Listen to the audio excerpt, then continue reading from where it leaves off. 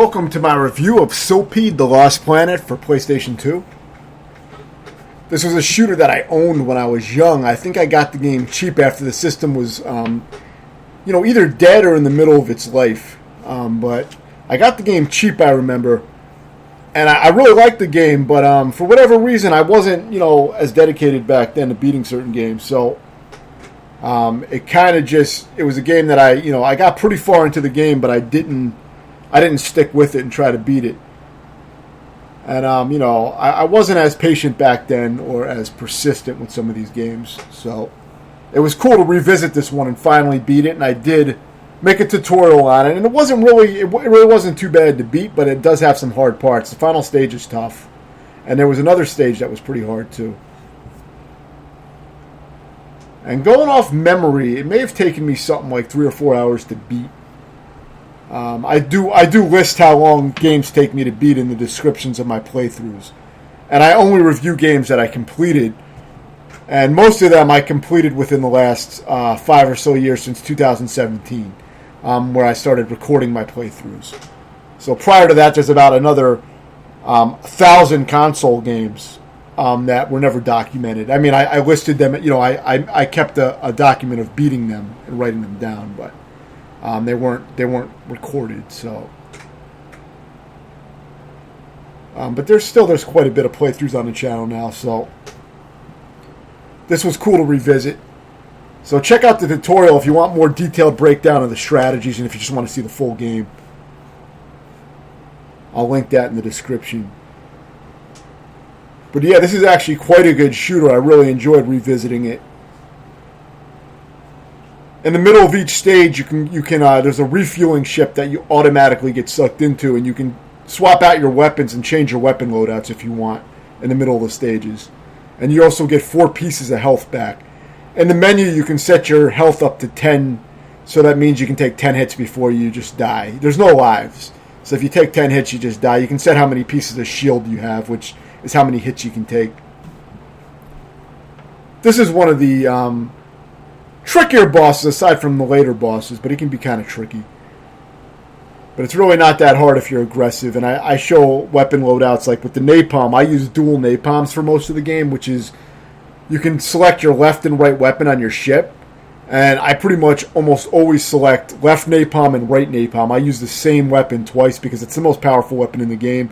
It is awkward to use because it only shoots at a diagonal angle and behind you. So there's no forward shot, directly ahead of you. So it's a little bit of a tweak you have to make to get used to it, but I would highly recommend doing so because the damage you're going to output is going to be much higher once you adjust to that weapon. So I think it's worth adapting to having to offset your positioning a little bit to hit guys on the side. It also does great shit, like if you line it up right, you can kill 2 like mini bosses like this, like at the same time pretty much, by just positioning yourself in the middle. You can also spawn kill the shit out of regular enemies by positioning yourself to where the napalm lands on where the enemies are spawning, and you can just wipe them out before they spawn or right when they spawn. So it's really a great fucking weapon, and I show tons of exploits that I found to make the game a lot easier using this weapon and using some other tricks and positioning that I found throughout the game. So more of a fucking plug for my tutorial than a review, but I mean, I think, I tried to show all the best footage from some of my favorite parts of my playthrough or of the game. So, if you like what you're seeing here, then you're going to like it. If you don't like these parts or what you're seeing here, then you're probably not going to like the game. But, I mean, it's pretty much, if you like shooters, there's really no reason to not like this game if you like old-style shooters. Now, it's not the hardest game. It is kind of like an intermediate game except for some parts. Like, the final stage is, like, kind of an advanced difficulty, which is going to give even intermediate players probably a lot of trouble. It's not easy. So the game is a strange mix. It's not a balanced difficulty. It's quite easy at certain points that you can take 10 hits. For this kind of game, that's really forgiving. But then there are some later parts that are hard. Even with the 10 hits you can take, there's parts that really can strip your health fast and take a lot of practice. So it's a good mix. But I would definitely recommend the game for shooter players of all skill levels because you can adapt to it and learn it. It never gets extreme compared to how hard some shooters can get. There's a lot of cool boss fights. All the boss fights are well done. There are repeating bosses as well. You will fight some of the bosses again. But it doesn't abuse the shit out of that. Now, see, there are some positioning tricks I found. Like you see here, I'm right up on this motherfucker, and I just take him out without taking any damage. So I found a lot of positioning tricks throughout the entire game, which, like I said, that's all going to be detailed. And it might make the game a lot more enjoyable even for beginners. There's a lot of tricks that I show that can make the game a lot more manageable. So even if you're not really great at shooters, it may be a game that won't be too hard for you to beat with some of the strategies I outlined. But you still do have to play quite well. And there's only so many shortcuts you can take. You still do have to be able to dodge. But see, this is another boss. I'm right up on it, and I find safe spots and shit like that. This is the final boss, I believe. Or this might be the semi-final boss, actually. But it was one of the harder bosses, for sure. So, yeah, I thought this was a really fun game. I like that you can select different weapons, but most of the other weapons don't seem that useful, aside from the optic laser you see me using here, which I use for specific sections. I will use the optic lasers, but most of the time I just go straight napalm on both sides of my ship. That's usually the route I take. But so the weapon variety, it's a little bit unimportant because there's really no reason to use a lot of the other weapons. You really only need double napalm if you want to really destroy the game. And you may want to use the lasers for maybe one part of the game, one section of the game. At least that's the strategies I found. I didn't see anybody else using my strategies that I used on some of these parts, so most of this shit this is just what I decided to do because I did read that the napalm was the most powerful of the weapons. So with that in mind, I said, well, might as well double stack the shit and put it on both sides of my ship. And I just kind of worked with that and decided to do that for the rest of the game. And, I was able to destroy things really fast by doing that. So, it was a lot of fun to use. But it also kind of dominates to the point where you're not really going to want to use the other weapons if you're just looking to beat the game. But a lot of cool bosses. This is the final boss. It starts off with this large ship. Very cool. The music is pretty good, but nothing too memorable.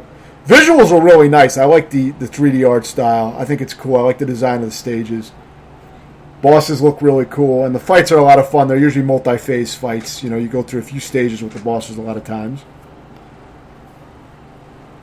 Not always. Some of the boss fights are just single-stage type of boss fights, but they're cool fights. They're fun.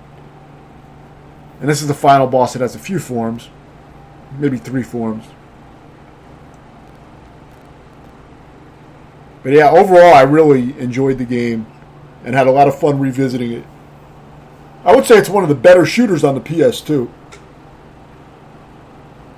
I probably wouldn't put it up there with the best on the PS2, but I think it's one of the better ones. I had a lot of fun with it. If you're looking for, a brutal hardcore challenge, then, you'd probably have to go into the options menu. Maybe if you set the shields down to like 1 or some shit, then you get no lives, because there's no lives in the game. There's unlimited continues, though. So you will start at the beginning of the stage, but there's no lives. So you could probably set your shields down to maybe 1, and there may be a difficulty setting, if I remember right. You might be able to set that to the hardest difficulty, set the shields down to 1. So I think the game is probably going to be pretty flexible for extreme players that are looking for a brutal challenge, but if you're just looking to beat the game on default, normal, with the default shields and everything, it's probably not going to be too difficult for the more extreme players. But I think it does provide replayability for those that are looking for more of a challenge. Now, I didn't try the hardest mode, so I couldn't say how much harder it is. But I believe it does have difficulty settings, if I remember right. I remember a menu where you could select shields, difficulties, and all that kind of shit. So, if you really like the game, you could always try to make it more extreme and get some replay out of it that way. So yeah, that's pretty much it. It's what you see is what you get, and for me, it's a 7.5 out of 10. I thought it was a good game. It's not quite at the level of greatness for me that I would put, an 8 or above would be great for me. So, but I thought it was very good. I really enjoyed it. Let me know if you have any questions, and thanks for watching.